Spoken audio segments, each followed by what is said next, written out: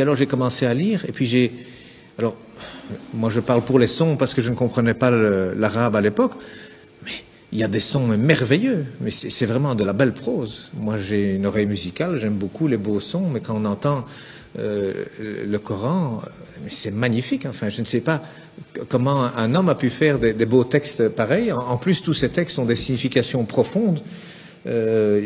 Il n'y a pas une erreur, il y a des gens, des médecins, des scientifiques qui ont fait des erreurs, des recherches sur ces livres saints. Ils trouvent des erreurs dans la Torah, ils trouvent des erreurs dans la Bible, et ils n'en trouvent pas dans le Coran, rien. Il n'y a rien qui est mauvais, même il y a des images qui sont reprises, qui correspondent pratiquement à la meilleure définition qu'un médecin pourrait faire à un ignorant. Donc c'est des choses merveilleuses qu'il y a dans le Coran.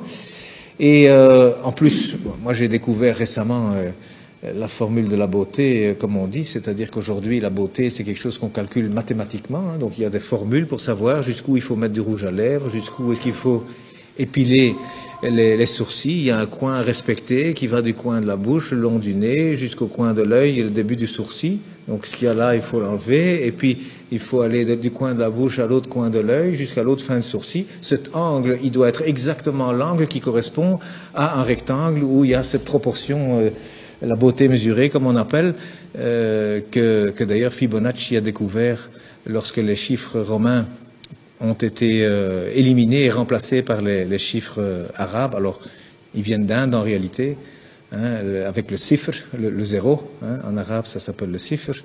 Donc c'est devenu les chiffres plutôt que les nombres. Et puis Fibonacci l'a découvert avec ces chiffres, c'est formidable, on peut faire des calculs infiniment grands et puis avec la virgule infiniment petit. Et il a découvert comme ça que la pyramide de Khéops, le Parthénon, enfin tous ces beaux bâtiments, même en Italie, il a découvert qu'il y a toujours la bonne proportion. Même les peintures, il a découvert que toujours c'est au même endroit que doivent se trouver le centre du tableau. C'est pas au centre, hein, non, c'est quelque part 1 sur 1,618. Donc il y a des proportions. Eh bien aujourd'hui on retrouve, la Mecque se retrouve sur la terre aujourd'hui. Hein, lorsque vous avez 1 et 1,618, eh bien cette ligne, elle passe à travers la Mecque, à travers la Kaaba au mètre près. Et la distance entre la Kaaba et le pôle Nord fait 1, et entre la Kaaba et le pôle Sud fait 1,618. Ça veut dire qu'Abraham, il a abandonné sa femme, enfin sa servante Hajar, avec son fils Ismaël. Elle a dit, pourquoi ici? Dieu m'a dit ici. Donc il semble qu'aujourd'hui, c'est par rapport en tout cas, et c'est même lié au village de Greenwich, qui a servi à dessiner la carte de cette terre, hein, parce que le milieu c'est Greenwich. Eh bien, c'est considéré là comme le centre de beauté que tous les peintres utilisent aussi. D'ailleurs, depuis Leonardo da Vinci, il a dessiné des tas de choses. Vous savez, le corps, 1,618. Le nombril, il est à 1 mètre du sol. La taille idéale, c'est 1,618 m. Donc, il y a plein de choses. Les dents même, la dent du milieu, elle fait 1,618. À côté, elle fait 1. La bouche, elle fait 1,618. Le nez, il doit faire 1. Il y a des chirurgiens esthétiques aujourd'hui qui utilisent ces mathématiques pour corriger les visages. Eh bien, il y a un verset qui contient la Mecque dans le Coran. Hein, eh bien, le verset, il fait 47 lettres, divisé par 1,618, ça fait 29.